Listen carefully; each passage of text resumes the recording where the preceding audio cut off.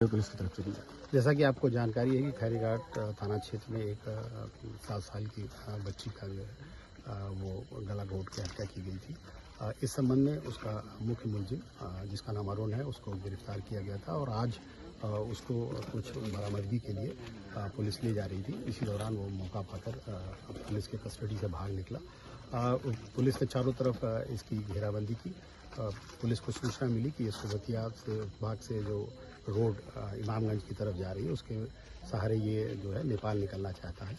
Police ने यहाँ पर घेराबंदी की। खैरीघाट की पुलिस और अन्य थानों की पुलिस यहाँ मौजूद थी। उसी दौरान जब ये अपने आप को घिर गया तो इसने पुलिस पार्टी पर फायर किया और उस दौरान पुलिस ने भी आत्मरक्षा फायर किया, जिससे कि एक गोली इसको पैर में लगी है और जिसको तत्काल नज़दीक के अस्पताल में पहुँचाया गया है।